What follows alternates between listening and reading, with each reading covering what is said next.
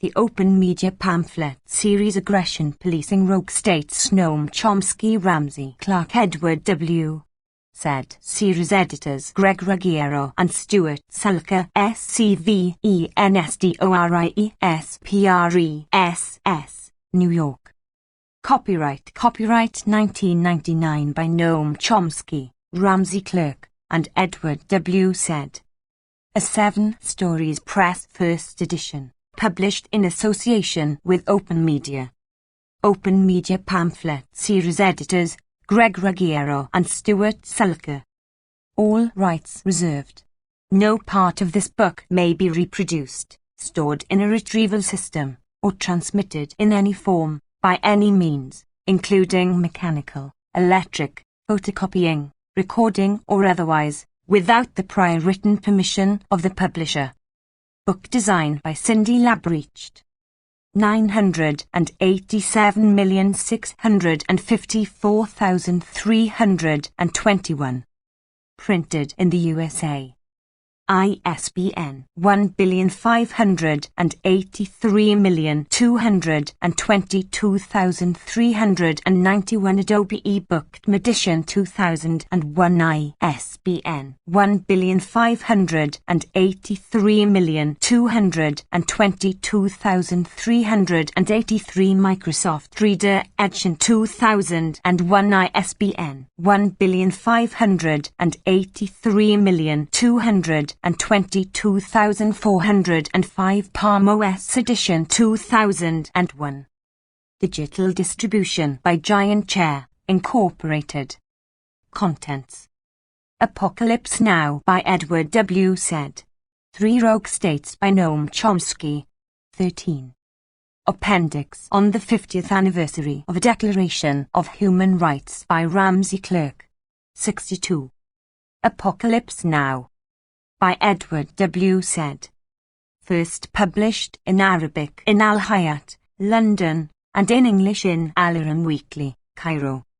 It would be a mistake, I think, to reduce what is happening between Iraq and the United States simply to an assertion of Arab will and sovereignty versus American imperialism, which undoubtedly plays a central role in all this.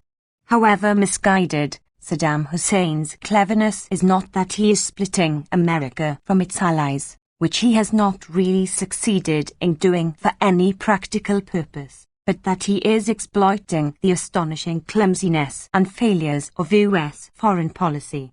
Very few people, least of all Saddam himself, can be fooled into believing him to be the innocent victim of American bullying. Most of what is happening to his unfortunate people who are undergoing the most dreadful and unacknowledged. 3. Apocalypse Now. Suffering is due in considerable degree to his callous cynicism. First of all, his indefensible and ruinous invasion of Kuwait, his persecution of the Kurds, his cruel egoism and pompous self-regard which persists in aggrandizing himself and his regime at exorbitant and, in my opinion, totally unwarranted cost. It is impossible for him to plead the case for national security and sovereignty given his abysmal disregard of it in the case of Kuwait and Iran. Be that as it may, U.S. vindictiveness, whose sources I shall look at in a moment, has exacerbated the situation by imposing a regime of sanctions which, as Sandy Berger, the American National Security Advisor, has proudly said, is unprecedented for its severity in the whole of world history. It is believed that 567,000 Iraqi civilians have died since the Gulf War, mostly as a result of disease, malnutrition and deplorably poor medical care. Agriculture and industry are at a total standstill. This is unconscionable, of course, and for this the brazen inhumanity of American policymakers is also very largely to blame. But we must not forget that Saddam is feeding that inhumanity quite deliberately in order to dramatize the opposition between the United States and the rest of the Arab world, having provoked a crisis with the United States or the United Nations. 4. Apocalypse Now. Dominated by the United States, He at first dramatized the unfairness of the sanctions. But by continuing it, the issue has changed and has become his non-compliance, and the terrible effects of the sanctions have been marginalized. Still, the underlying causes of an Arab/U.S. crisis remain. A careful analysis of that crisis is imperative. The United States has always opposed any sign of Arab nationalism or independence, partly for its own imperial reasons and partly because its unconditional support for Israel requires it to do so. Since the L-973 war, and despite the brief oil embargo, Arab policy up to and including the peace process has tried to circumvent or mitigate that hostility by appealing to the United States for help, by good behavior, by willingness to make peace with Israel. Yet mere compliance with the wishes of the United States can produce nothing except occasional words of American approbation for leaders who appear moderate. Arab policy was never backed up with coordination, or collective pressure, or fully agreed upon goals. Instead, each leader tried to make separate arrangements both with the United States and with Israel, none of which produced very much except escalating demands and a constant refusal by the United States to exert any meaningful pressure on. 5. Apocalypse Now. Israel. The more extreme Israeli policy becomes, the more likely the United States has been to support it, and the less respect it has for the large mass of Arab peoples whose future and well-being are mortgaged to illusory hopes embodied, for instance, in the Oslo Accords. Moreover, a deep gulf separates Arab culture and civilization from the United States, and in the absence of any collective Arab information and cultural policy, the notion of an Arab people with traditions, cultures and identities of their own is simply inadmissible in the United States. Arabs are dehumanized. They are seen as violent, irrational terrorists always on the lookout for murder and bombing outrages. The only Arabs worth doing business with for the United States are compliant leaders, businessmen, and military people whose arms purchases, the highest per capita in the world, are helping the American economy keep afloat. Beyond that, there is no feeling at all, for instance, for the dreadful suffering of the Iraqi people whose identity and existence have simply been lost sight of in the present situation. This morbid, obsessional fear and hatred of the Arabs has been a constant theme in U.S. foreign policy since World War II. In some way also, anything positive about the Arabs is seen in the 6. Apocalypse Now. United States as a threat to Israel. In this respect, pro-Israeli American Jews, traditional Orientalists, and military hawks have played a devastating role. Moral opprobrium is heaped on Arab states as it is on no others. Turkey, for example, has been conducting a campaign against the Kurds for several years, yet nothing is heard about this in the United States.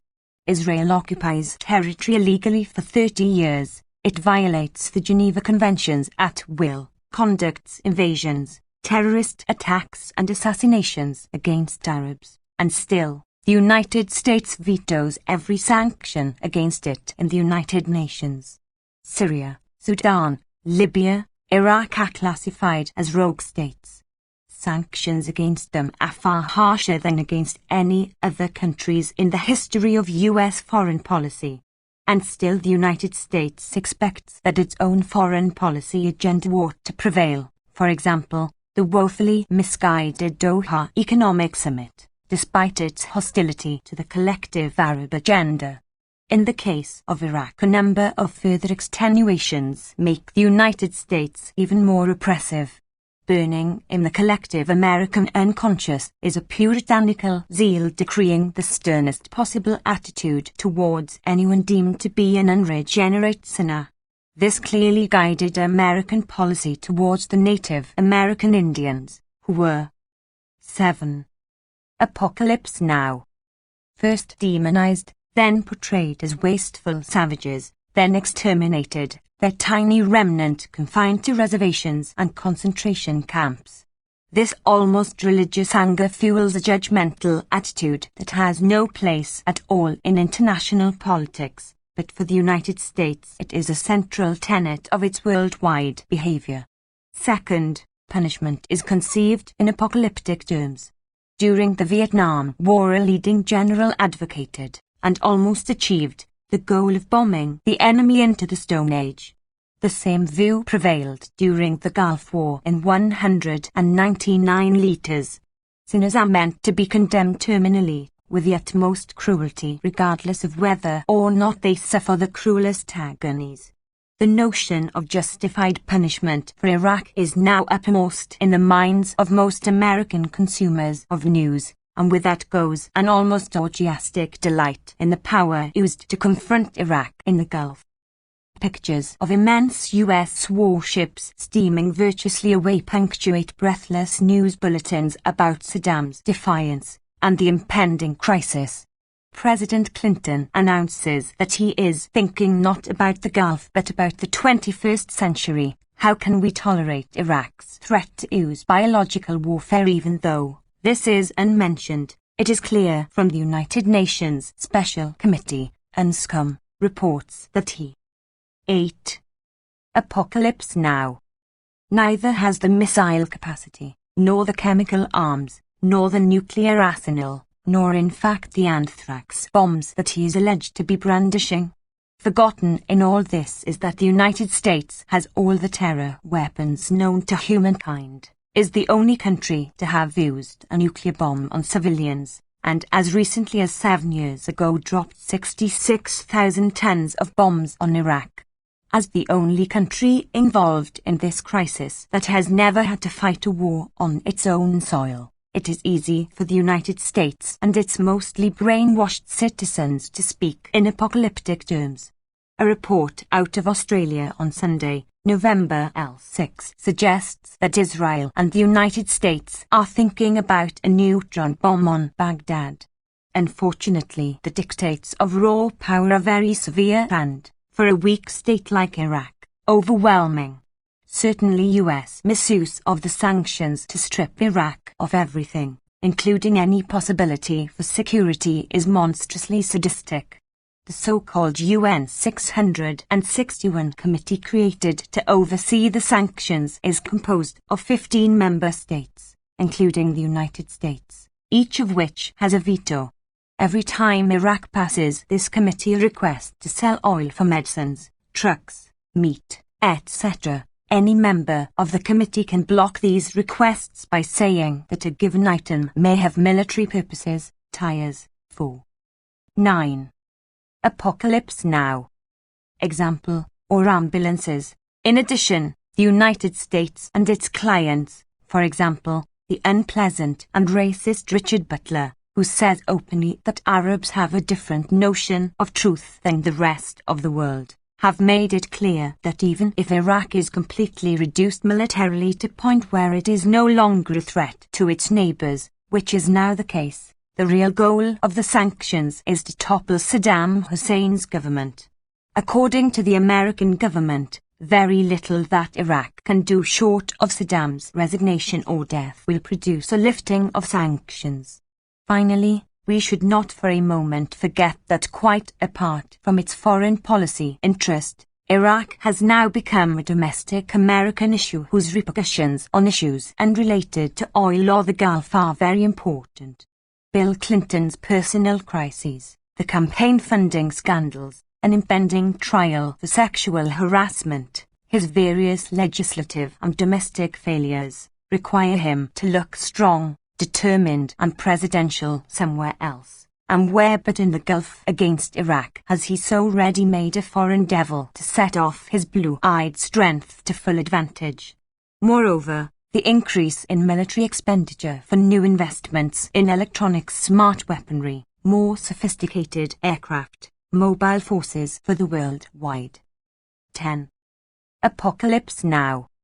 Projection of American power are perfectly suited for display and use in the Gulf, where the likelihood of visible casualties actually suffering Iraqi civilians is extremely small, and where the new military technology can be put through its paces most attractively. For reasons that need restating here, the media is particularly happy to go along with the government in bringing home to domestic customers the wonderful excitement of American self-righteousness, the proud flag-waving, the feel-good sense that we are facing down a monstrous dictator. Far from analysis and calm reflection, the media exists mainly to derive its mission from the government, not to produce a corrective or any dissent. The media, in short, is an extension of the war against Iraq. The saddest aspect of the whole thing is that Iraqi civilians seem condemned to additional suffering and protracted agony. Neither their government nor that of the United States is inclined to ease the daily pressure on them, and the probability that only they will pay for the crisis is extremely high. At least, and it isn't very much, there seems to be no enthusiasm among Arab governments for American military action, but beyond that there is no coordinated Arab position, not even on the extremely grave humanitarian question. It is 11. Apocalypse Now. Unfortunate that, according to the news, there is rising popular support for Saddam in the Arab world, as if the old lessons of defiance without real power have still not been learned. Undoubtedly the United States has manipulated the United Nations to its own ends, a rather shameful exercise given at the same time that the Congress once again struck down a motion to pay $1 billion in arrears to the World Organization. The major priority for Arabs, Europeans, Muslims and Americans is to push to the fore the issue of sanctions and the terrible suffering imposed on innocent Iraqi civilians. Taking the case to the International Court in The Hague strikes me as a perfectly viable possibility, but what is needed is a concerted will on behalf of Arabs who have suffered the U.S.'s egregious blows for too long without an adequate response. 12. Rogue States. By Noam Chomsky. First published in Z magazine, April 1998. The concept of rogue state plays a preeminent role today in policy planning and analysis. The current Iraq crisis is only the latest example. Washington and London declared Iraq a rogue state, a threat to its neighbors and to the entire world. An outlaw nation led by a reincarnation of Hitler who must be contained by the guardians of world order, the United States and its British junior partner, to adopt the term ruefully employed by the British Foreign Office half a century ago. The concept merits a closer look.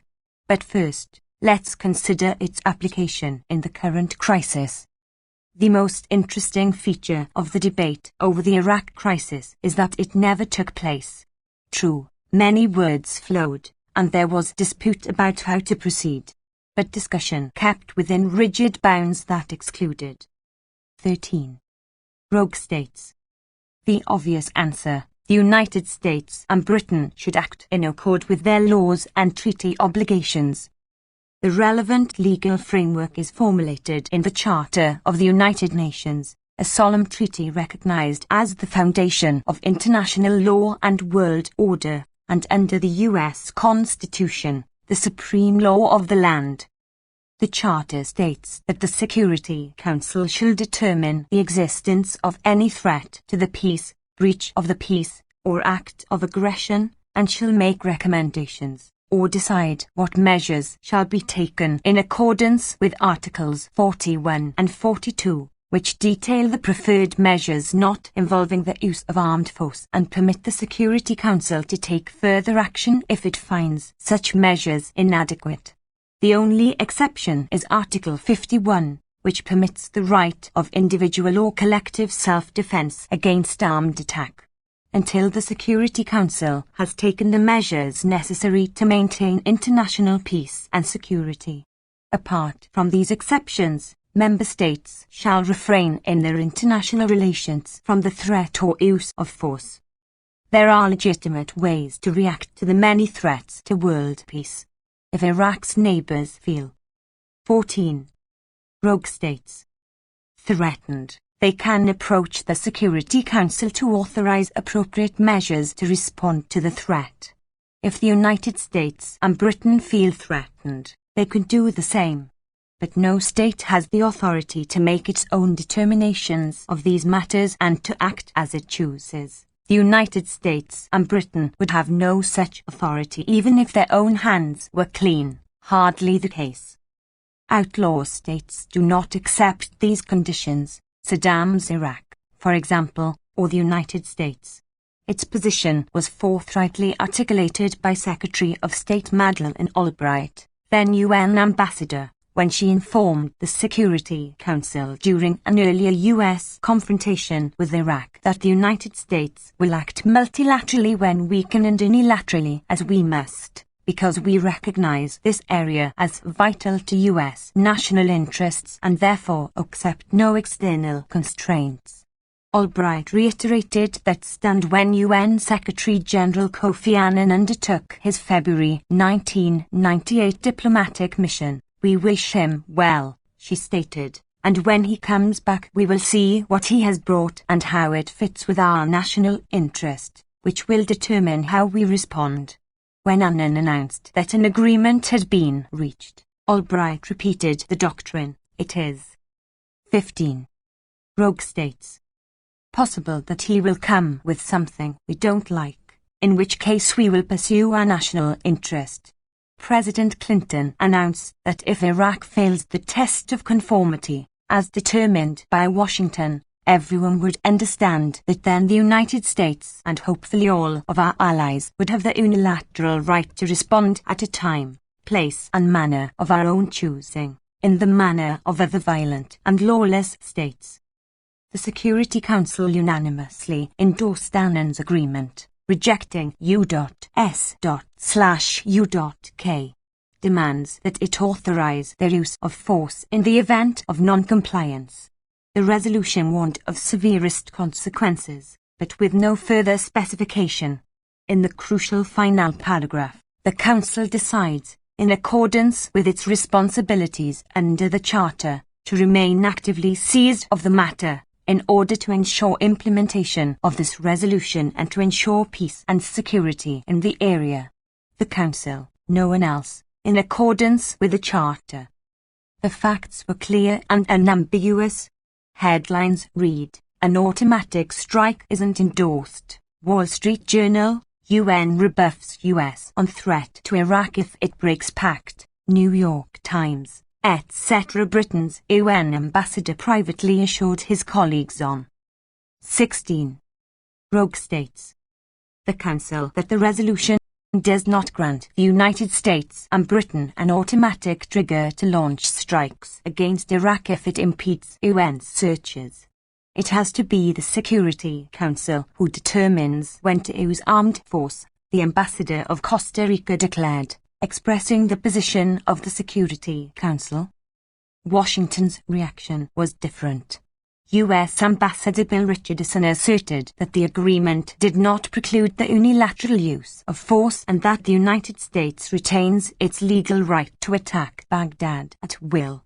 State Department spokesperson James Rubin dismissed the wording of the resolution as not as relevant as the kind of private discussions that we've had. I am not saying that we don't care about that resolution, but we've made clear that we don't see the need to return to the Security Council if there is a violation of the agreement. The President stated that the resolution provides authority to act if the United States is dissatisfied with Iraqi compliance. His press secretary made clear that that means military action. U.S. insists it retains right to punish Iraq. The New York Times headline read, accurately, "The United States has the unilateral right to use force at will, period." 17. Rogue states. Some felt that even this strayed too close to our solemn obligations under international and domestic law. Senate Majority Leader Trent Lott denounced the administration for having subcontracted its foreign policy to others to the UN Security Council. Senator John McCain warned that the United States may be subordinating its power to the United Nations, an obligation only for law-abiding states. Senator John Kerry added that it would be legitimate for the United States to invade Iraq outright if Saddam remains obdurate and in violation of the United Nations resolutions, and in a position of threat to the world community, whether the Security Council so determines or not. Such unilateral U.S. action would be within the framework of international law, as Kerry conceives it. A liberal dove who reached national prominence as an opponent of the Vietnam War, Kerry explained that his current stand was consistent with his earlier views. Vietnam taught him that the force should be used only if the objective is achievable and it meets the needs of your country. Saddam's invasion of Kuwait was therefore wrong for only one reason: it was not achievable, as matters turned out.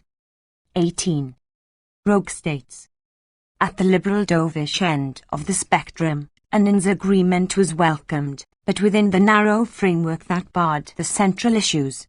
In a typical reaction, the Boston Globe stated that had Saddam not backed down, the United States would not only have been justified in attacking Iraq, it would have been irresponsible not to, with no further questions asked. The editors also called for a universal consensus of opprobrium against weapons of mass destruction as the best chance the world has of keeping perverted science from inflicting hitherto unimagined harm.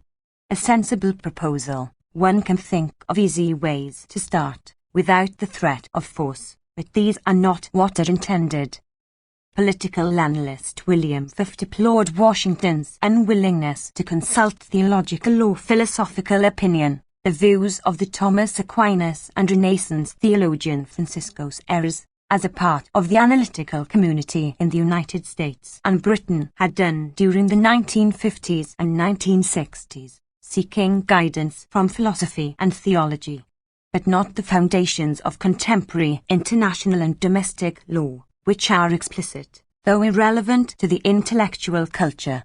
Another liberal analyst urged the United States to face the fact that if its 19. Rogue states. Incomparable power is really being exercised for mankind's sake. Mankind demands some say in its use, which would not be permitted by the Constitution, the Congress, nor television's Sunday pundits, and the other nations of the world have not assigned Washington the right to decide when, where and how their interests should be served. Ronald Steele. The Constitution does happen to provide such mechanisms, namely, by declaring valid treaties the supreme law of the land, particularly the most fundamental of them, the UN Charter. It further authorizes Congress to define and punish offenses against the law of nations, undergirded by the Charter in the contemporary era. It is, furthermore, a bit of an understatement to say that other nations have not assigned Washington the right. They have forcibly denied it that right, following the, at least rhetorical, lead of Washington, which largely crafted the Charter. Reference to Iraq's violation of UN resolutions was regularly taken to imply that the two warrior states have the right to use force unilaterally, taking the role of world policemen, an insult to the police, who in principle are supposed to enforce the law, not tear it to shreds. There was criticism of Washington's 20. Rogue states. Arrogance of power, and the like. Not quite the proper terms for a self-designated violent outlaw state. One might contrive a tortured legal argument to support U.S./U.K. claims, though no one really tried. Step 1 would be that Iraq has violated UN Resolution 687 of April 3, 1991. Which declares a ceasefire upon official notification by Iraq that it accepts the provisions that are spelled out: destruction of weapons, inspection, etc. This is probably the longest and most detailed Security Council resolution on record, but it mentions no enforcement mechanism. Step 2 of the argument, then, would be that Iraq's non-compliance re-invokes Resolution 678, November 29, 1990. That resolution authorizes member states to use all necessary means to uphold and implement Resolution 660 inches, August 2, 1990, which calls on Iraq to withdraw at once from Kuwait and for Iraq and Kuwait to begin immediately intensive negotiations for the resolution of their differences, recommending the framework of the Arab League. Resolution 678 also invokes all subsequent relevant resolutions, listing them, 662, 664. These are relevant in that they refer to the occupation of the Kuwait and Iraqi actions relating to it. Re-invoking 678 thus leaves matters as they were, with 21. Rogue states. No authorization to use force to implement the later Resolution 687, which brings up completely different issues, authorizing nothing beyond sanctions. There is no need to debate the matter. The United States and Britain could readily have settled all doubts by calling on the Security Council to authorize their threat and use of force, as required by the Charter. Britain did take some steps in that direction, but abandoned them when it became obvious, at once, that the Security Council would not go along. But these considerations have little relevance in a world dominated by rogue states that reject their rule of law. Suppose that the Security Council were to authorize the use of force to punish Iraq for violating the ceasefire UN Resolution 687.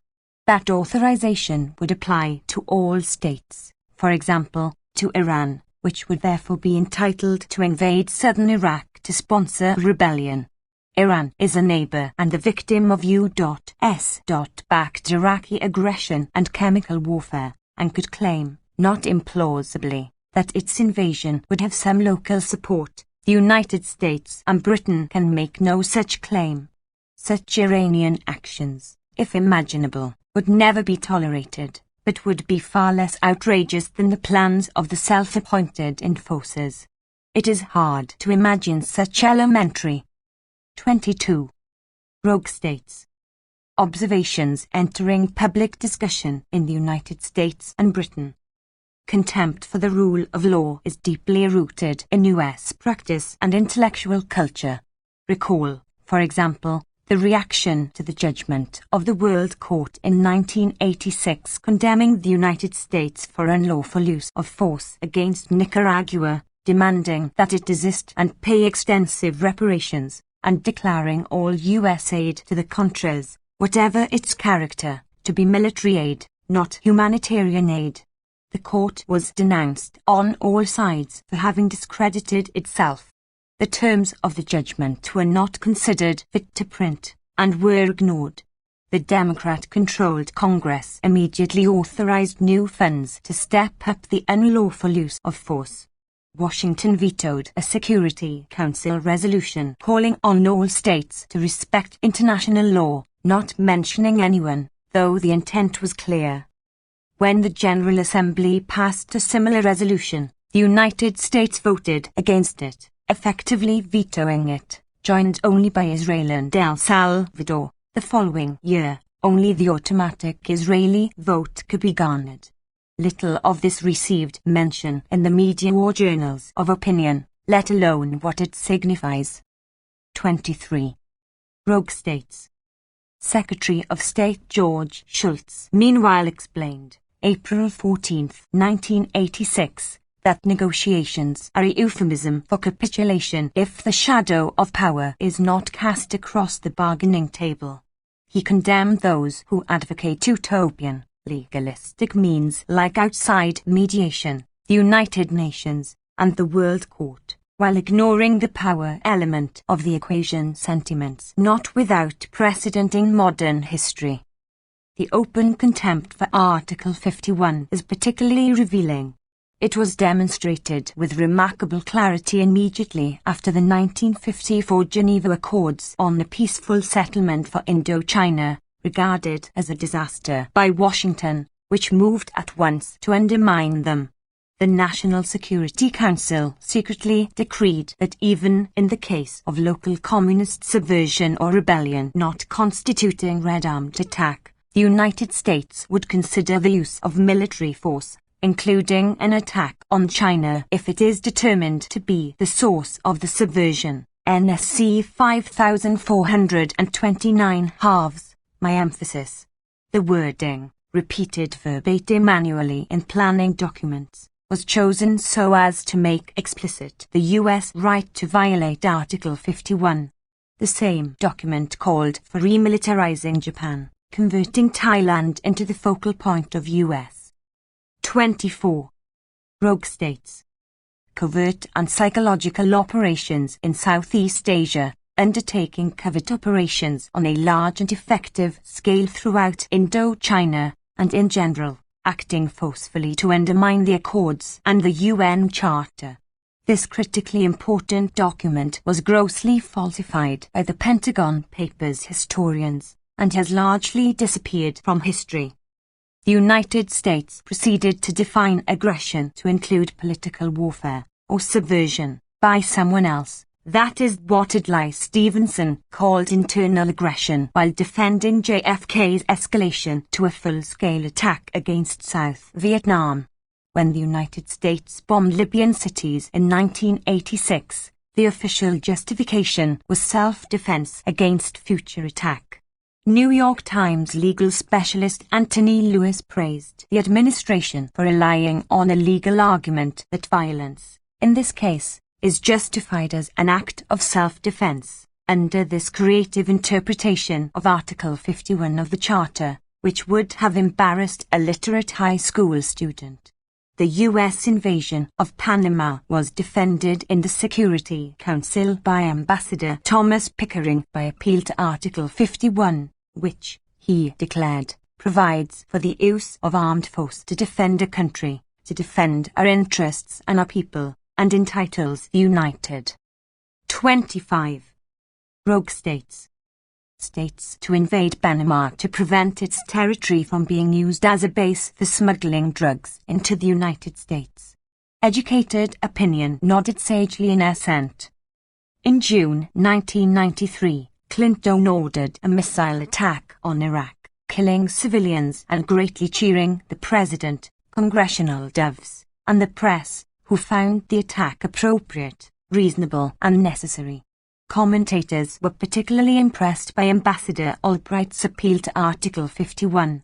The bombing, she explained, was in self-defense against armed attack, namely, an alleged attempt to assassinate former President Bush 2 months earlier, an appeal that would have scarcely risen to the level of absurdity even if the United States had been able to demonstrate Iraqi involvement. Administration officials, speaking anonymously, informed the press that the judgment of Iraq's guilt was based on circumstantial evidence and analysis rather than ironclad intelligence. The New York Times reported, dismissing the matter. The press assured elite opinion that the circumstances plainly fit Article 51. Washington Post. Any president has a duty to use military force to protect the nation's interests. New York Times, while expressing some skepticism about 26 rogue states. The case in hand.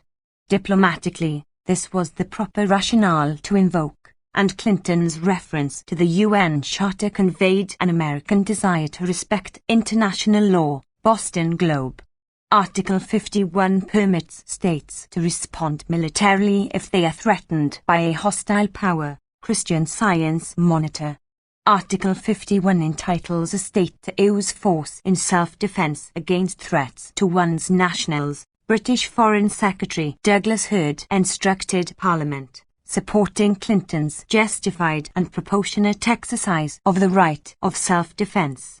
There would be a dangerous state of paralysis in the world, Hurd continued, if the United States were required to gain Security Council approval before launching missiles against an enemy that might, or might not, have ordered a failed attempt to kill an ex-president 2 months earlier. The record lends considerable support to the concern widely voiced about rogue states that are dedicated to the rule of force, acting in the national interest as defined by domestic power, most ominously, rogue states that anoint themselves global judge and executioner. 27. Rogue states. Rogue states, the narrow construction. It is also interesting to review the issues that did enter the non-debate on the Iraq crisis. But first a word about the concept rogue state. The basic conception is that although the Cold War is over, the United States still has the responsibility to protect the world, but from what? Plainly, it cannot be from the threat of radical nationalism, that is, unwillingness to submit to the will of the powerful. Such ideas are only fit for internal planning documents, not the general public. From the early 1980s, it was clear that the conventional technique for mass mobilization was losing its effectiveness. The appeal to JFK's monolithic and ruthless conspiracy, Reagan's evil empire. New enemies were needed. At home, fear of crime, particularly drugs, was stimulated by a variety of factors that have little or nothing to do with crime itself, the National Criminal Justice Commission concluded, including media practices and the role of government and private industry in stoking citizen fear, exploiting latent racial tension for political purposes, with racial bias in enforcement and sentencing that is devastating black. 28. Rogue states. Communities, creating a racial abyss and putting the nation at risk of a social catastrophe. The results have been described by criminologists as the American Gulag, the new American apartheid, with African Americans now a majority of prisoners for the first time in U.S. history, imprisoned at well over 7 times the rate of whites, completely out of the range of arrest rates, which themselves target blacks far out of proportion to drug use or trafficking. Abroad, the threats were to be international terrorism, Hispanic narco-traffickers, and most serious of all, rogue states. A secret 1995 study of the Strategic Command, which is responsible for the strategic nuclear arsenal, outlines the basic thinking. Released through the Freedom of Information Act, the study, Essentials of Post-Cold War Deterrence, shows how the United States shifted its deterrent strategy from the defunct Soviet Union to so-called rogue states such as Iraq, Libya, Cuba, and North Korea, AP reports. The study advocates that the United States exploit its nuclear arsenal to portray itself as irrational and vindictive if its vital interests are attacked. That should be a part of the national persona we project to all adversaries, particularly the rogue states.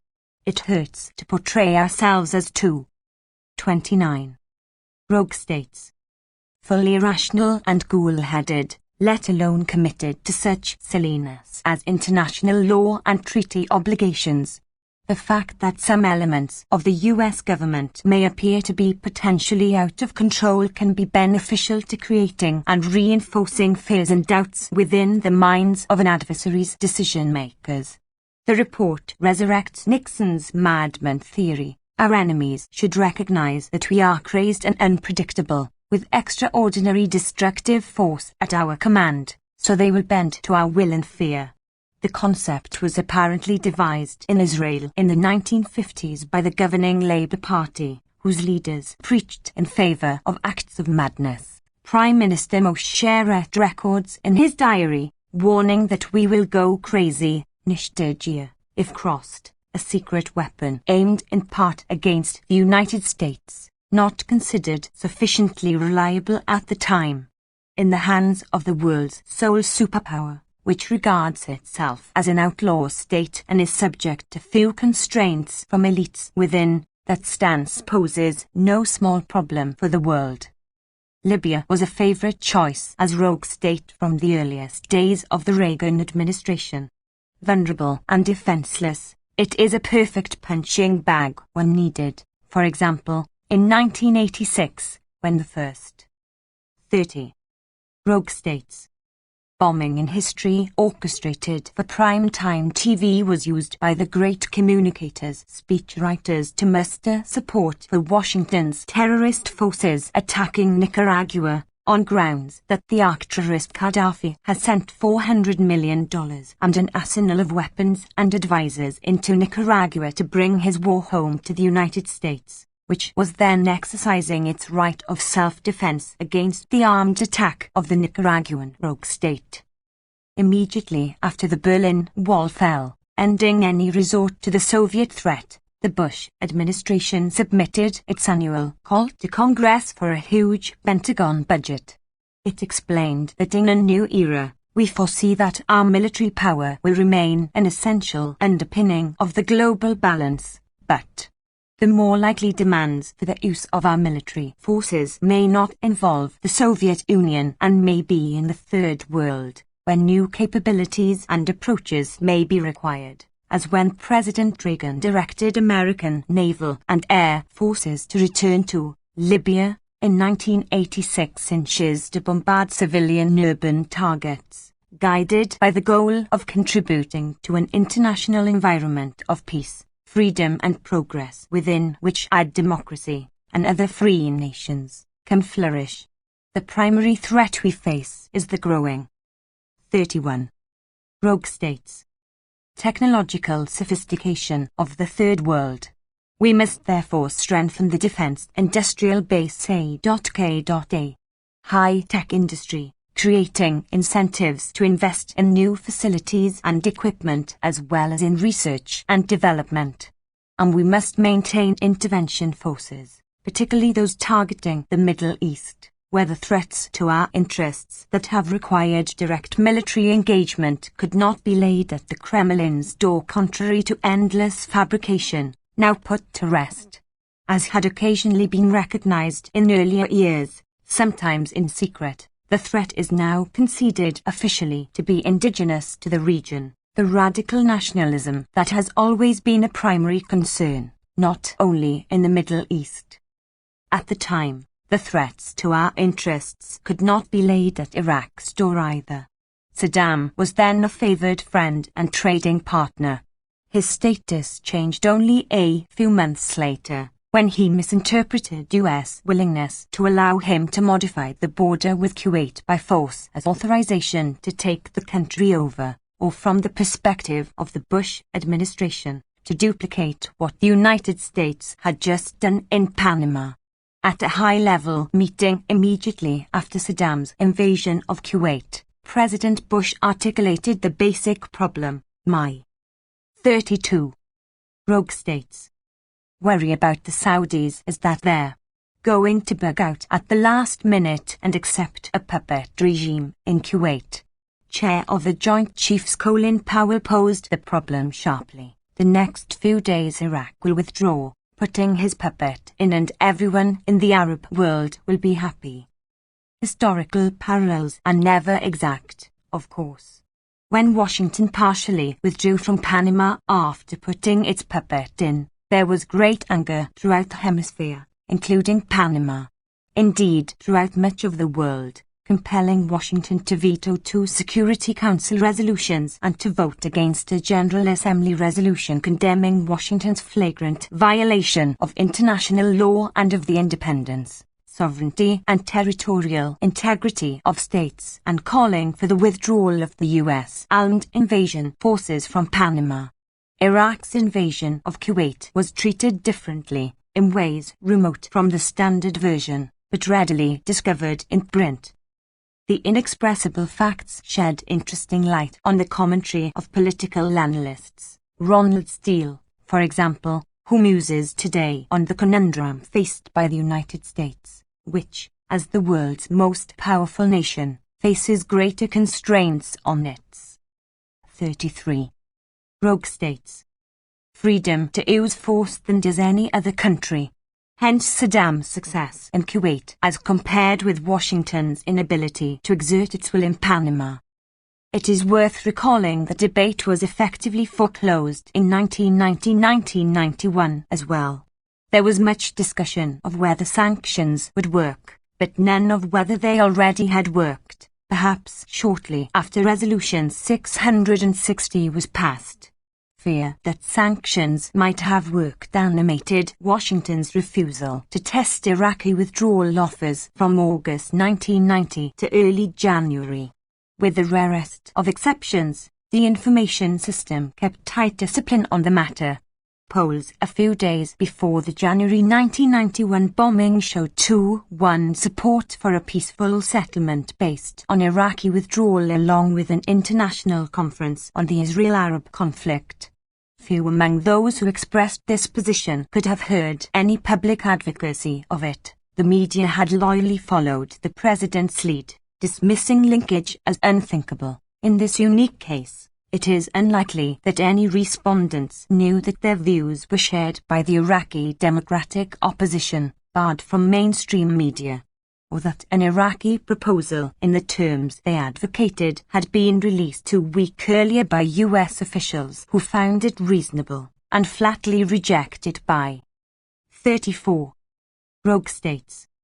Washington, or that an Iraqi withdrawal offer had been considered by the National Security Council as early as mid-August, but dismissed and effectively suppressed, apparently because it was feared that unmentioned Iraqi initiatives might defuse the crisis, as the New York Times diplomatic correspondent obliquely reported administration concerns.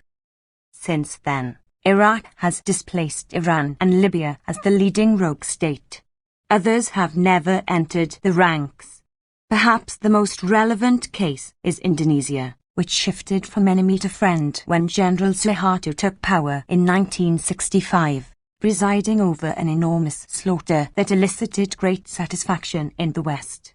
Since then, Suharto had been a kind of guy, as the Clinton administration described him, while carrying out murderous aggression and endless atrocities against his own people, killing 10,000 Indonesians just in the 1980s, according to the personal testimony of a guy who wrote that the corpses were left lying around as a form of shock therapy. In December 1975, the UN Security Council unanimously ordered Indonesia to withdraw its invading forces from East Timor without delay and called upon all states to respect the territorial integrity of East Timor as well as the inalienable right 35 rogue states of its people to self-determination. The United States responded by, secretly, increasing shipments of arms to the aggressors. Carter accelerated the arms flow once again as the attack reached near genocidal levels in 1978. In his memoirs, UN Ambassador Daniel Patrick Moynihan takes pride in his success in rendering the United Nations utterly ineffective in whatever measures it undertook, following the instructions of the State Department, which wished things to turn out as they did and worked to bring this about. The United States also happily accepts the robbery of East Timor's oil, with participation of a U.S. company, in violation of any reasonable interpretation of international agreements. The analogy to Iraq, Kuwait is close, though there are differences, to mention only the most obvious. U.S. sponsored atrocities in East Timor were vastly beyond anything attributed to Saddam Hussein in Kuwait. There are many other examples, though some of those commonly invoked should be treated with caution, particularly concerning Israel. The civilian toll of Israel's U.S. backed invasion of Lebanon in 1982 exceeded Saddam's in Kuwait, and it remains in violation of a 1978 Security Council resolution. 36. Rogue states. Ordering it to withdraw forthwith from Lebanon, along with numerous others regarding Jerusalem, the Golan Heights, and other matters, and there would be far more if the United States did not regularly veto such resolutions. But the common charge that Israel, particularly its current government, is violating UN 242 and the Oslo Accords, and that the United States exhibits a double standard by tolerating those violations, is dubious at best, based on serious misunderstanding of these agreements. From the outset, The Madrid-Oslo process was designed and implemented by U.S. Israeli power to impose a Bantustan-style settlement. The Arab world has chosen to delude itself about the matter, as have many others, but they are clear in the actual documents, and particularly in the U.S. supported projects of the Rabin Peres governments, including those for which the current Likud government is now being denounced. It is clearly untrue to claim that Israel is not demonstrably in violation of Security Council decrees, New York Times, but the reasons often given should be examined carefully. Returning to Iraq, it surely qualifies as a leading criminal state. Defending the U.S. plan to attack Iraq at a televised public meeting on February 18th, Secretaries. 37. Rogue states. Albright and Cohen repeatedly invoked the ultimate atrocity. Saddam was guilty of using weapons of mass destruction against his neighbors as well as his own people, his most awesome crime. It is very important for us to make clear that the United States and the civilized world cannot deal with somebody who is willing to use those weapons of mass destruction on his own people, not to speak of his neighbors, Albright emphasized in an angry response to a questioner who asked about U.S. support for Suharto. Shortly after, Senator Lott condemned Kofi Annan for seeking to cultivate a human relationship with a mass murderer, and denounced the administration for trusting a person who would sink so low. Ringing words. Putting aside their evasion of the question raised, Albright and Cohen only forgot to mention, and commentators have been kind enough not to point out, that the acts that they now find so horrifying did not turn Iraq into a rogue state. And Lott failed to note that his heroes Reagan and Bush forged unusually warm relations with a mass murderer. There were no passionate calls for a military strike after Saddam's gassing of Kurds at Halabja in March 1988. On the contrary, the United 38 rogue states and Britain extended their strong support for the mass murderer, then also our kind of guy. When ABC TV correspondent Charles Glass revealed the site of one of Saddam's biological warfare programs 10 months after Halabja, the State Department denied the facts, and the story died. The department now issues briefings on the same site, Glass observes. The two guardians of global order also expedited Saddam's other atrocities, including his use of cyanide, nerve gas, and other barbarous weapons, with intelligence, technology, and supplies, joining with many others. The Senate Banking Committee reported in 1994 that the U.S. Commerce Department had traced shipments of biological materials identical to those later found and destroyed by UN inspectors, Bill Bloom recalls. These shipments continued at least until November 1989.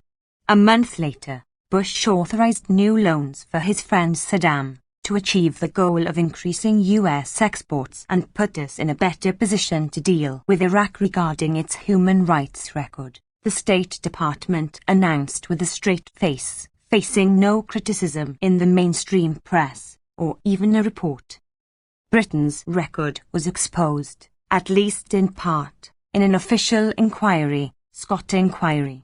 The British 39 rogue states government has just now been compelled to concede that it continued to grant licenses to British firms to export materials usable for biological weapons after the Scott report was published, at least until December 1996. In a February 28 review of Western sales of materials usable for germ warfare and other weapons of mass destruction, The Times mentions one example of US sales in the 1980s, including deadly pathogens, with government approval, some from the Army's Center for Germ Research in Fort Detrick. Just the tip of the iceberg, however.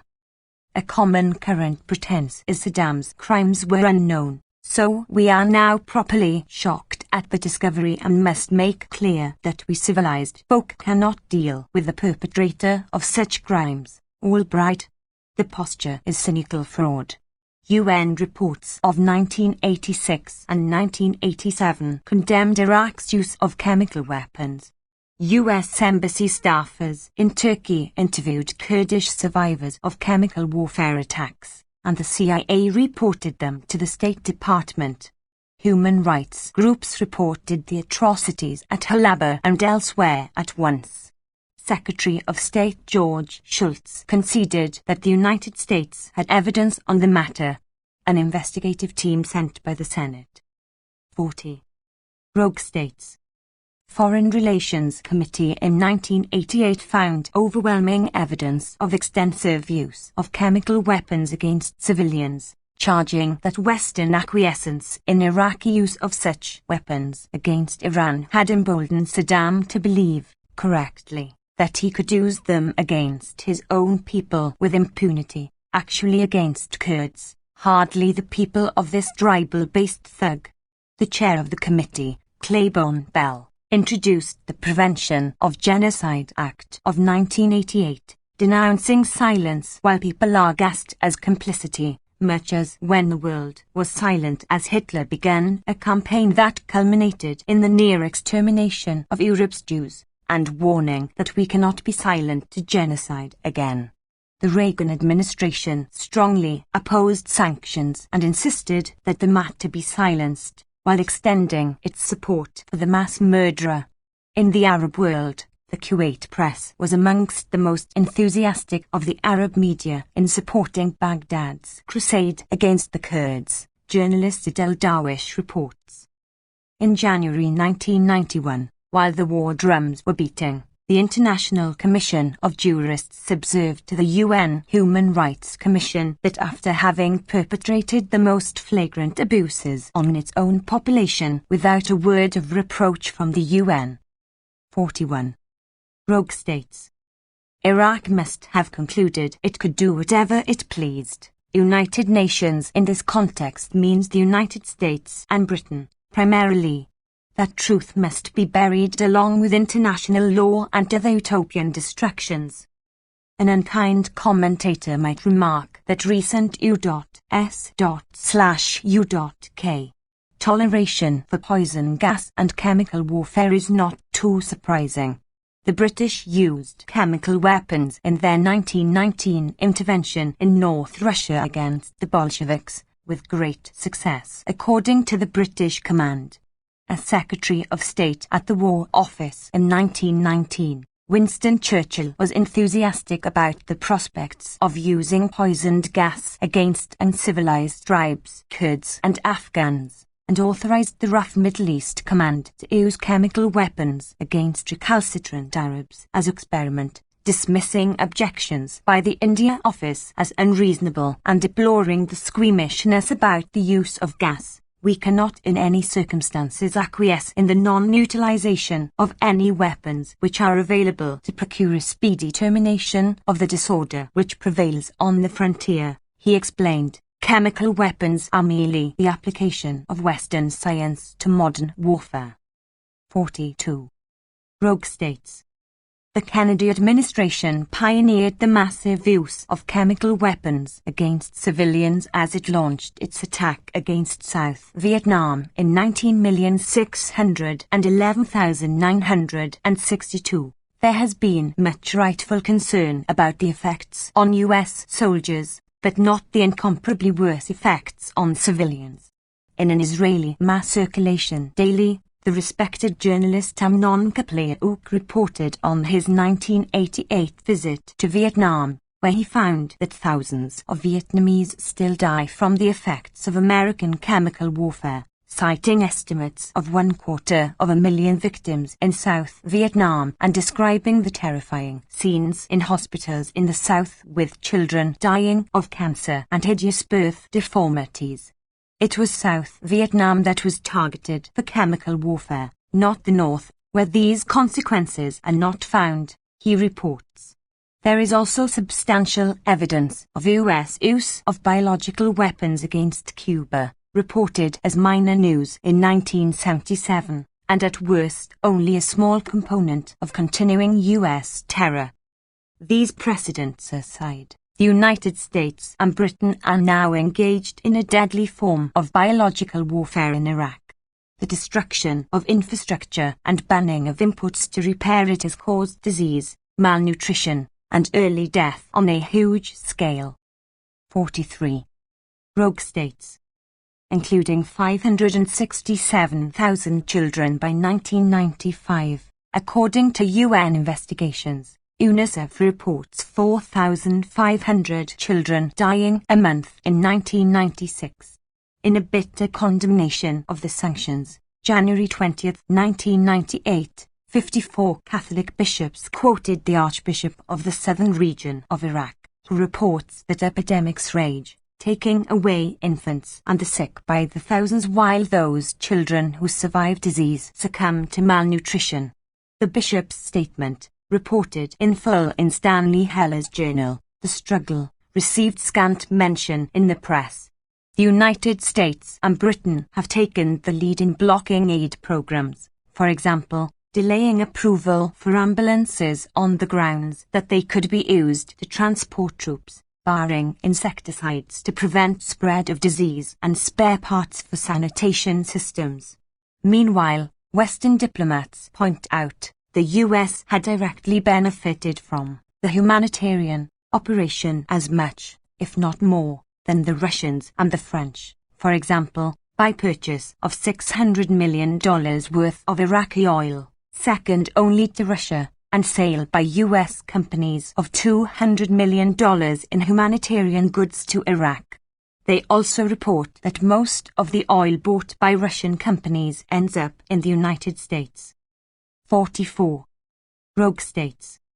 Washington's support for Saddam reached such an extreme that it was even willing to overlook an Iraqi Air Force attack on the USS Stark, killing 37 of the crew, a privilege otherwise enjoyed only by Israel. In the case of the USS Liberty, it was Washington's decisive support for Saddam, well after the crimes that now so shock the administration and Congress, that led to Iranian capitulation to Baghdad and Washington. Dilip Hiro concludes in his history of the Iran-Iraq War.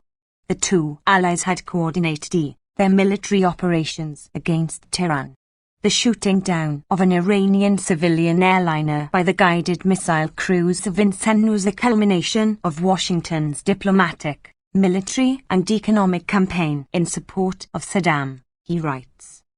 Saddam was also called upon to perform the usual services of a client state, for example, to train several hundred Libyans sent to Iraq by the United States so they could overthrow the Gaddafi government, former Reagan White House aide Howard Tacher revealed. It was not his massive crimes that elevated Saddam to the rank of Beast of Baghdad.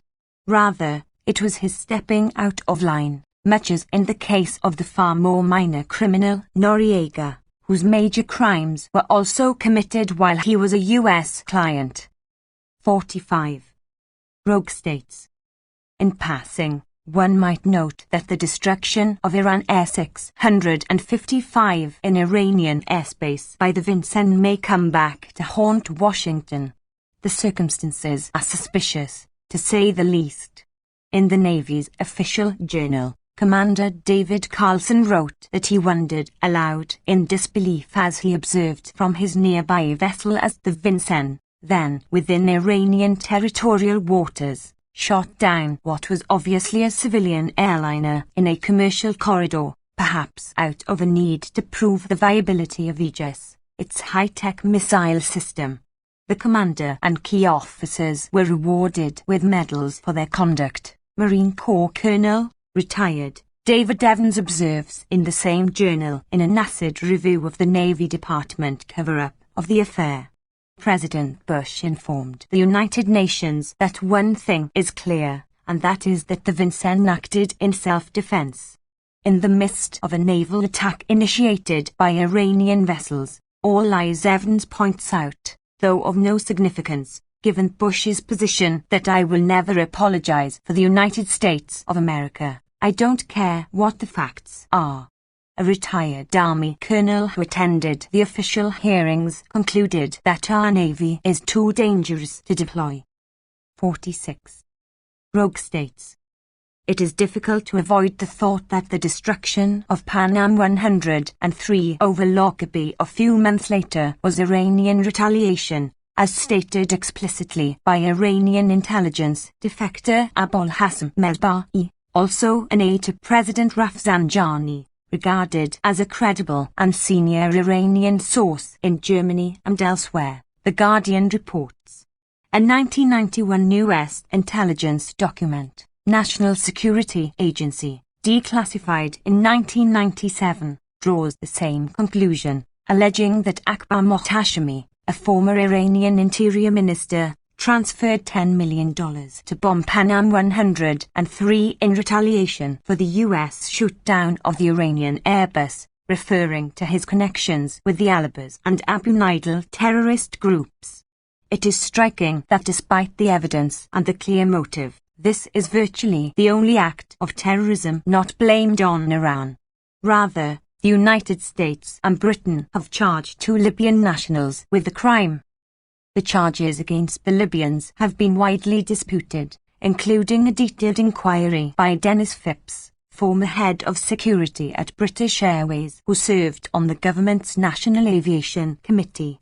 The British Organisation of Families of Lockerbie Victims believe that there has been a major cover-up, spokesperson Dr. Jim Swire, and regard as more. 47. Rogue states. Credible the account given in Alan Frankovich's documentary, The Maltese Cross, which provides evidence of the Iranian connection and a drug operation involving a courier working for the U.S. Drug Enforcement Administration. The film was shown at the British House of Commons and on British TV, but rejected here. The U.S. families keep strictly to Washington's version. Also intriguing is the U.S./U.K.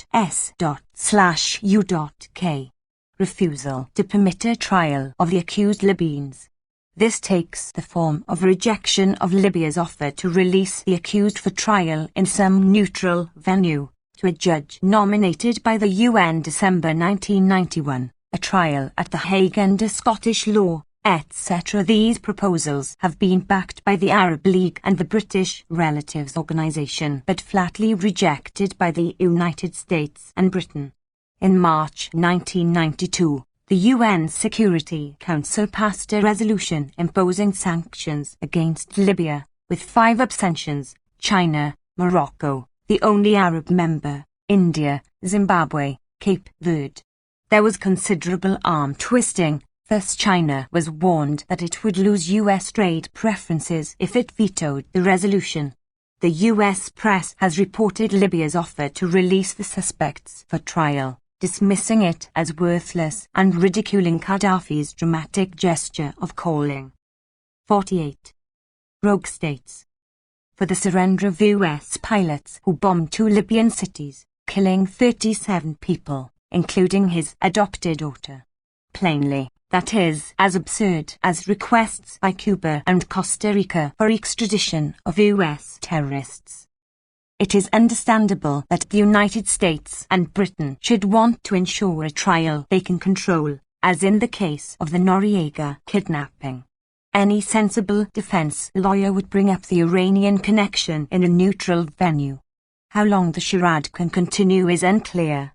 In the midst of the current Iraq crisis, the World Court rejected U.S./U.K. claim that it has no jurisdiction over the matter, and intends to launch a full hearing, 13-2, with the US and British judges opposed, which may make it harder to keep the lid on. The court ruling was welcomed by Libya and the British families.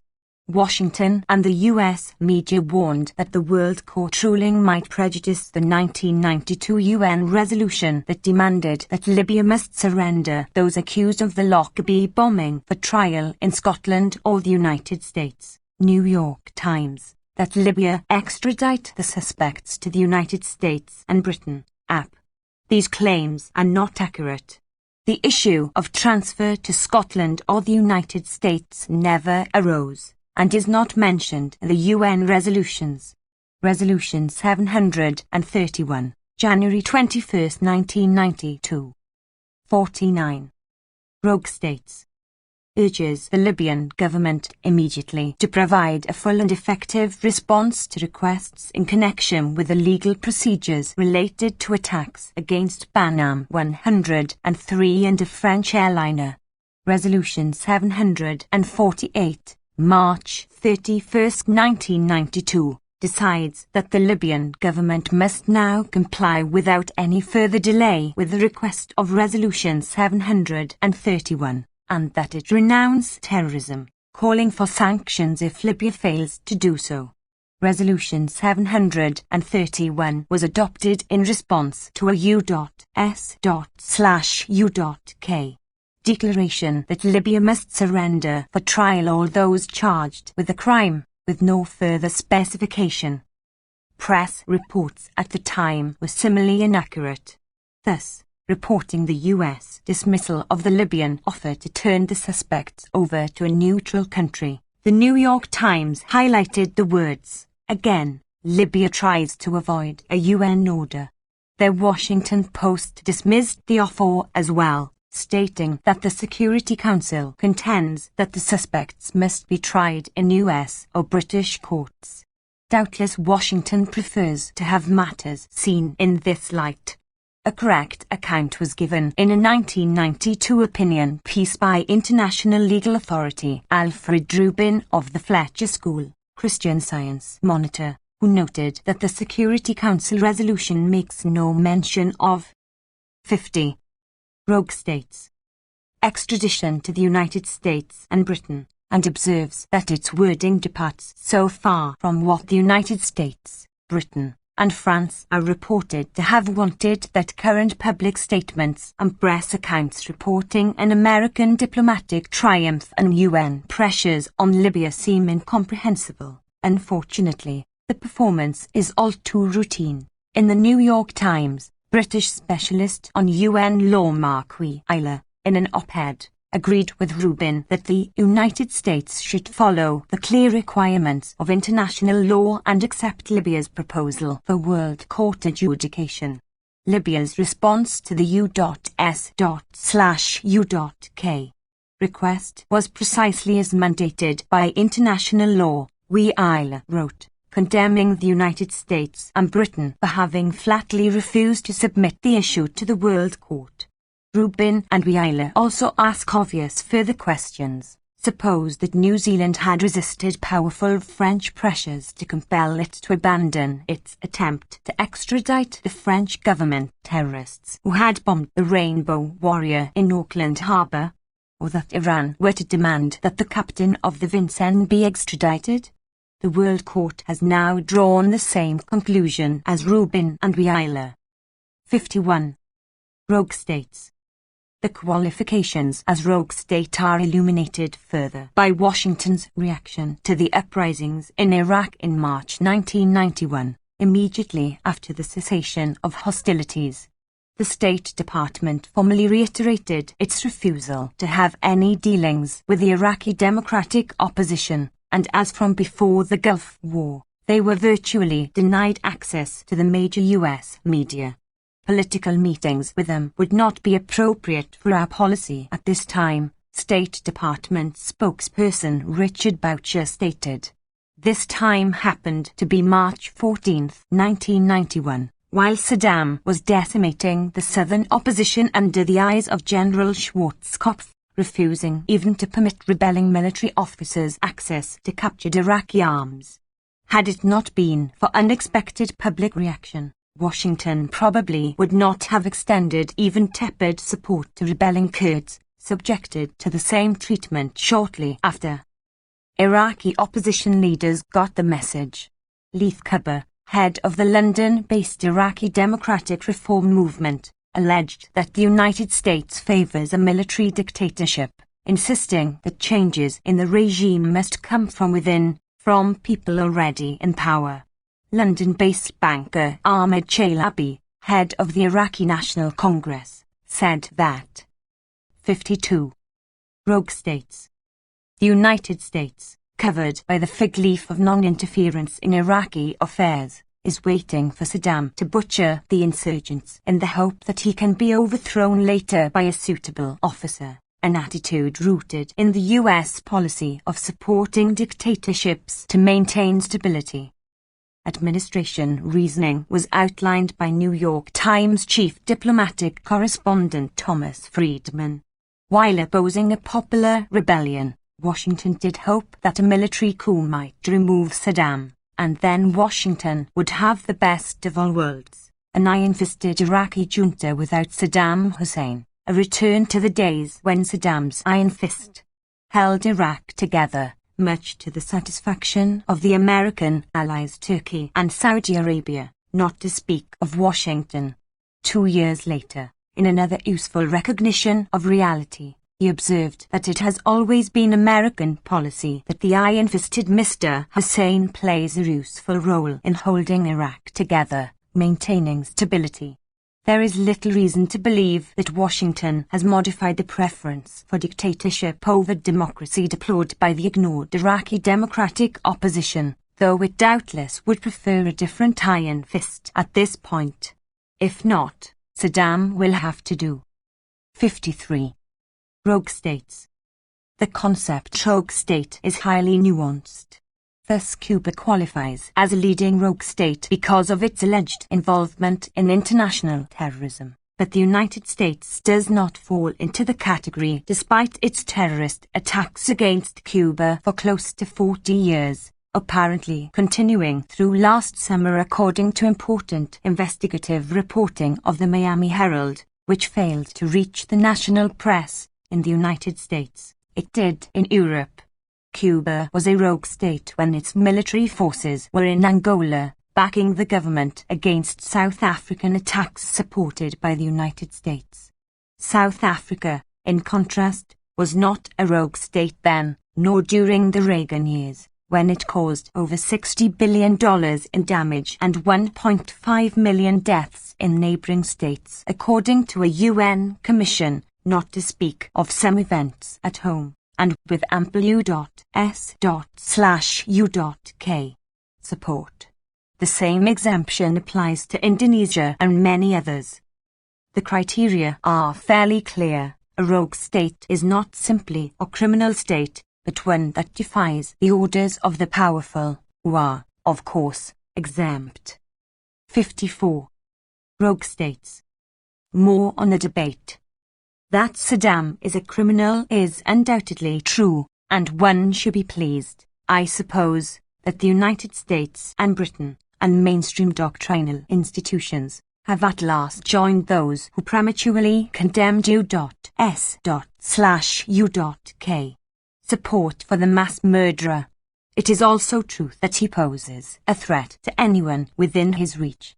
On the comparison of the threat with others, there is little unanimity outside the United States and Britain, after their ambiguous transformation from August 1990. The 1998 plan to use force was justified in terms of Saddam's threat to the region, but there was no way to conceal the fact that the people of the region objected to their salvation so strenuously that governments were compelled to join in opposition. Bahrain refused to allow U.S./British forces to use bases there. The President of the United Arab Emirates described U.S. threats of military action as bad and loathsome, and declared that Iraq does not pose a threat to its neighbours. Saudi Defense Minister Prince Sultan had already stated that we'll not agree and we are against striking Iraq as a people and as a nation, causing Washington to refrain from a request to use Saudi bases. After Annan's mission, long-serving Saudi Foreign Minister Prince Saud al-Faisal reaffirmed. 55. Rogue states. That any use of Saudi air bases has to be a UN, not a US issue. An editorial in Egypt's quasi-official journal, Al-Aram, described Washington's stand as coercive, aggressive, unwise and uncaring about the lives of Iraqis, who are unnecessarily subjected to sanctions and humiliation, and denounced the planned US aggression against Iraq.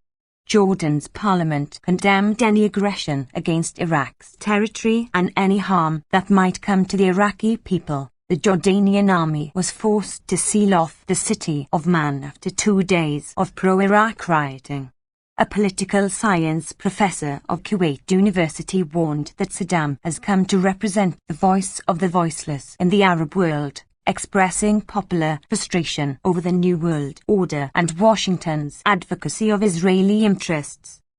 Even in Kuwait, support for the U.S. stance was at best tepid and cynical over U.S. motives. The press recognized voices in the streets of the Arab world, from Cairo's teeming slums to the Arabian Peninsula's shiny capitals, have been rising in anger as the American drumbeat of war against Iraq grows louder, Boston Globe correspondent Charles Sennett reported.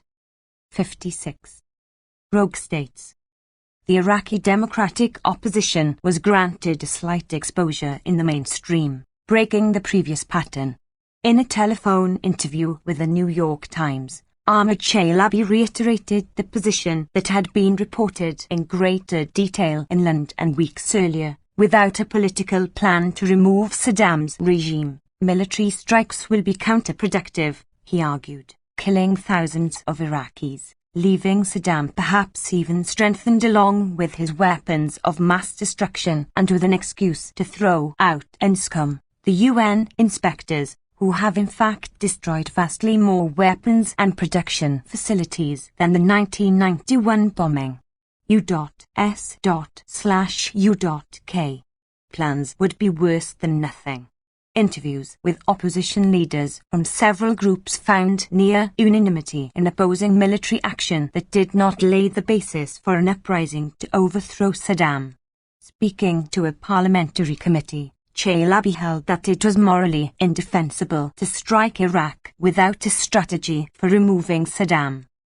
In London, the opposition also outlined an alternative programme. 1. Declare Saddam a war criminal. 2. Recognize a provisional Iraqi government formed by the opposition. 3. Unfreeze hundreds of millions of dollars of Iraqi assets abroad. Restrict.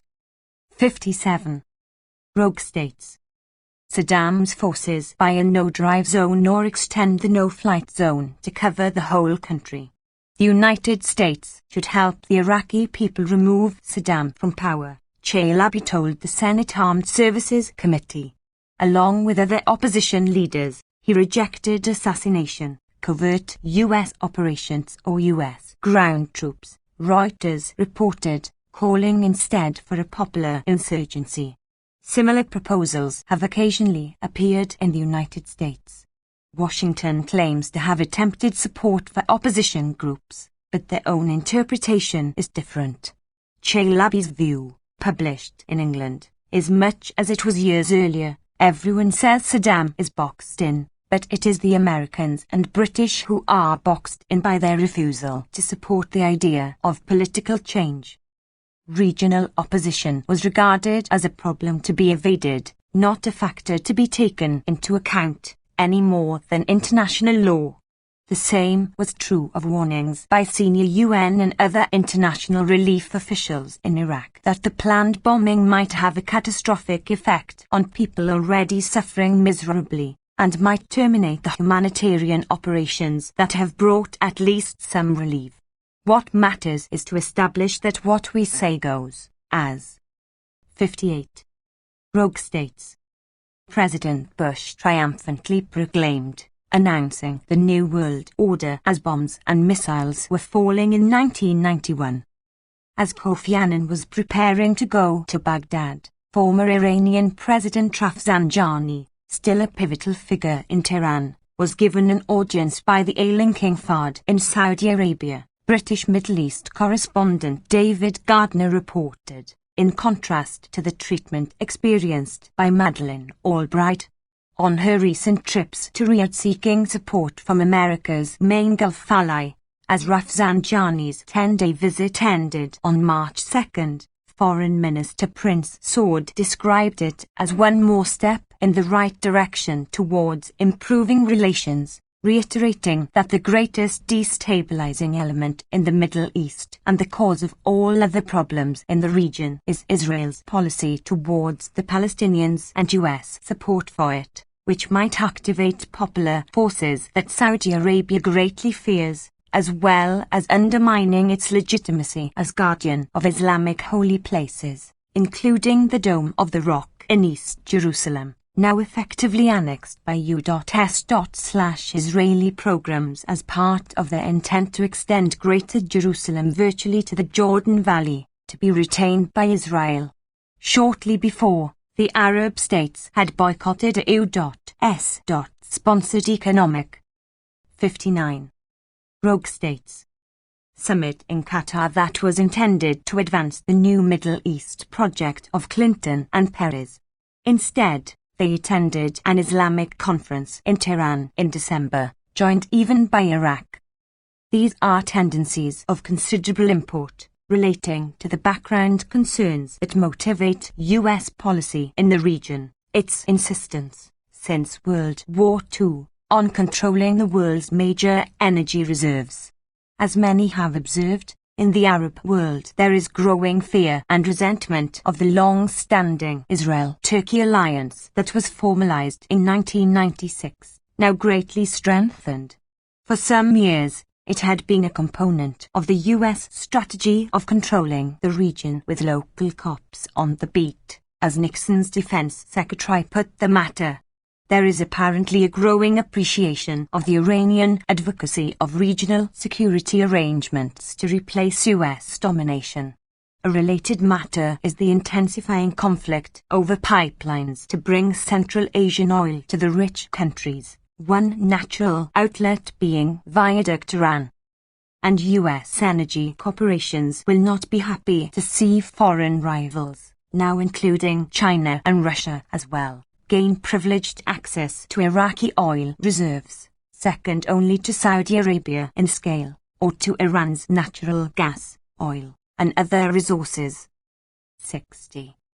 Rogue states. For the present, Clinton planners may well be relieved to have escaped temporarily from the box they had constructed that was leaving them no option but a bombing of Iraq that could have been harmful even to the interests they represent. The respite is temporary.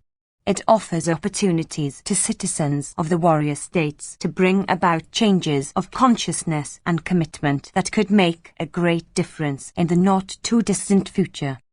61. Appendix.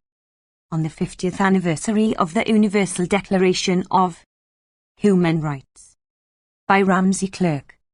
The world has never had a good definition of the word liberty, and the American people, just now, are much in want of one. We all declare for liberty, but in using the same word, you do not all mean the same thing. So observed Abraham Lincoln at, for him, the darkest moment of the American Civil War. He had just received reports of the massacre of 800 Union soldiers, former slaves whose ancestors were brought from Africa in chains. They were the first such unit to be engaged in combat. Caught and overwhelmed at Ft. Pillow, Tennessee on the Mississippi River by a much larger Confederate cavalry force under Nathan Bedford. 62. Appendix. Forrest. Every man was killed. Forrest reported the river ran red for hundreds of yards. After the war, Forrest was a founder of the Ku Klux Klan and engaged in racist violence for 2 decades. 84 years after the Ft. Pillow massacre, in the preamble to the Universal Declaration of Human Rights on December 10, 1948, the UN General Assembly found a common understanding of these rights and freedoms as of the greatest importance, and proclaimed its declaration in order to provide a good definition.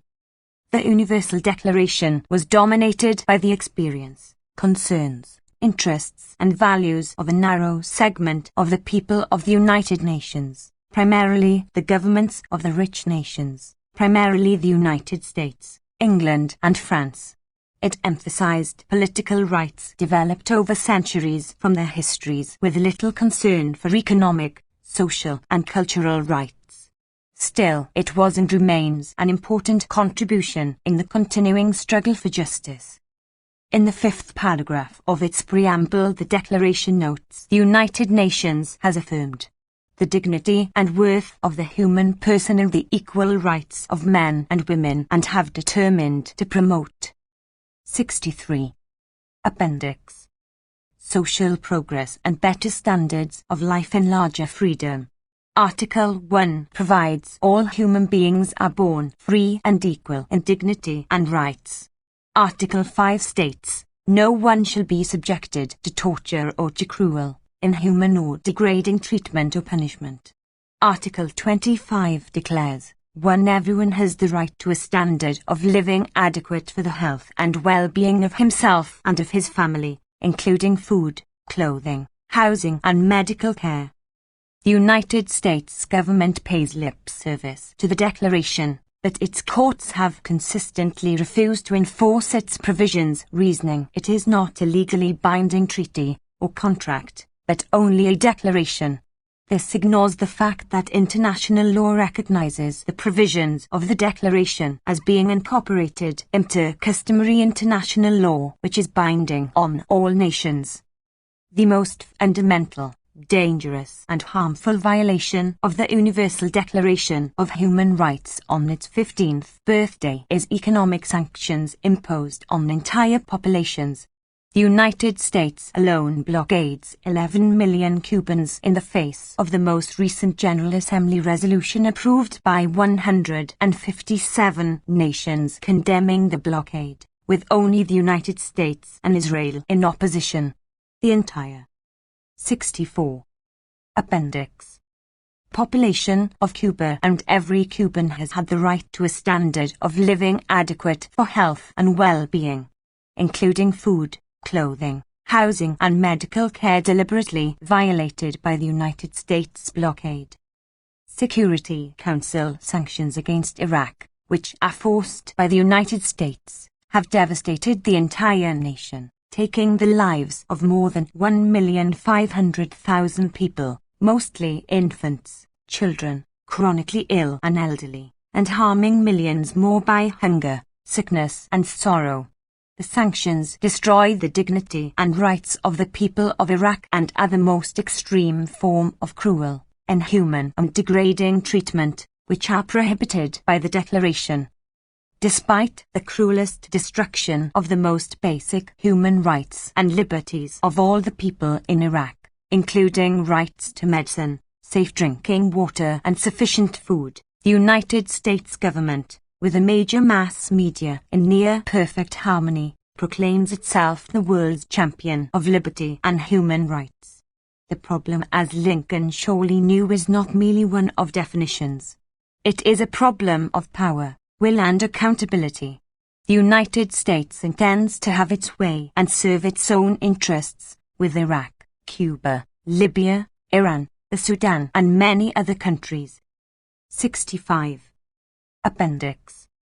Whatever the consequences to the liberties and rights of those who live there, the United States' control over and its concerted action with the mass media enables it to demonize such countries, its victims, for terrorism, threats to world peace and human rights violations at the very time it trains Tomahawk cruise missiles on them and motivates and finances armed insurrections and violence against them.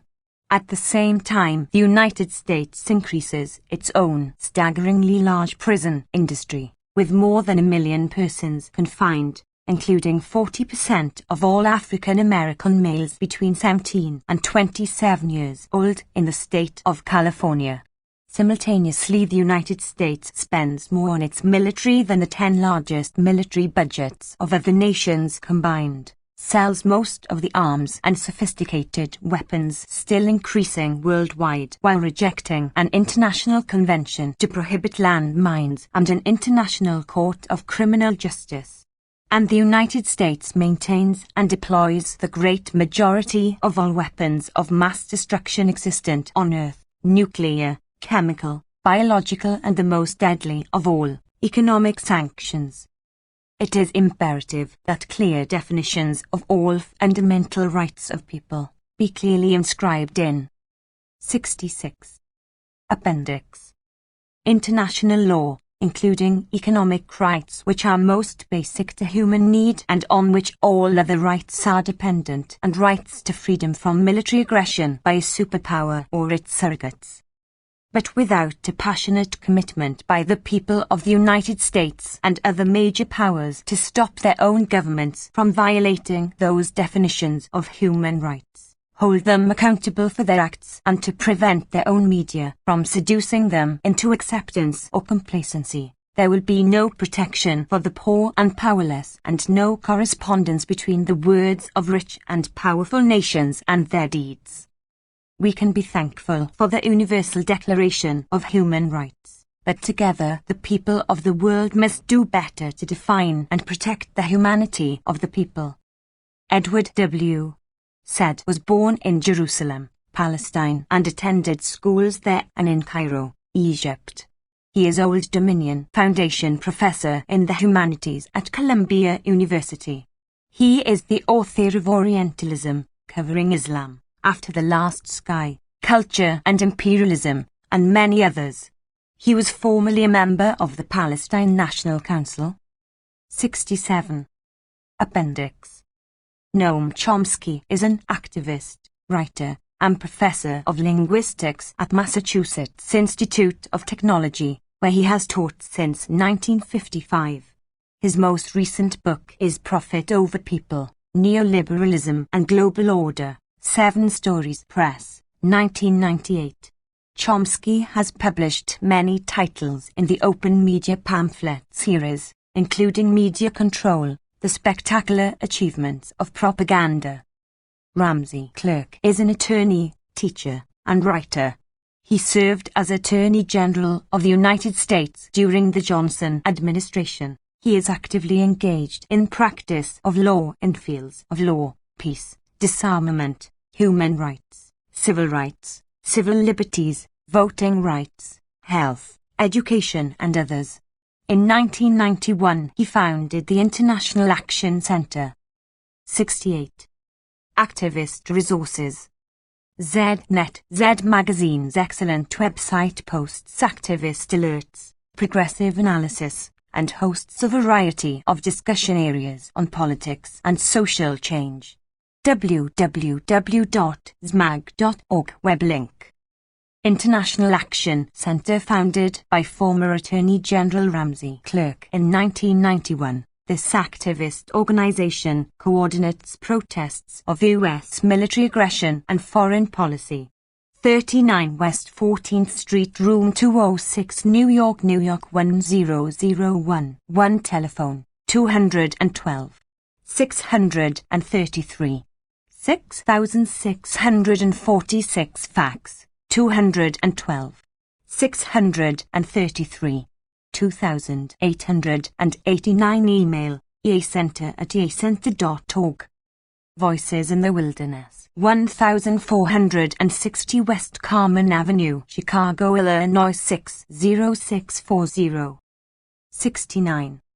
Activist resources. Telephone, 773. 784.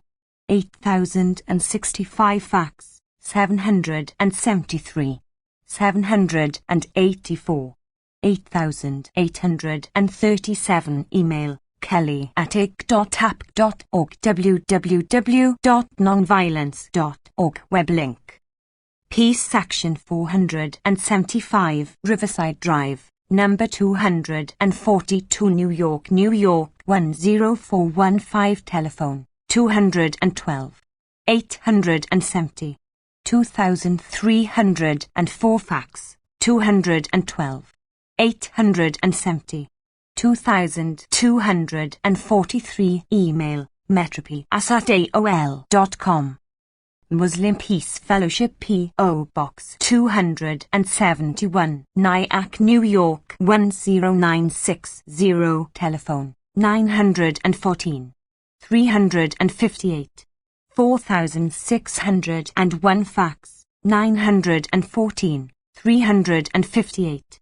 4924 Email, mpf@ic.ap.org, www.nonviolence.org. Student Coalition for Peace with the Iraqi People, 1164 Templeton Place, St. Louis, Missouri 63017. Telephone 314 434 3473. 70. Activist Resources. Fax 314 434 6146. Email peaceiraq@aol.com. 71. Also available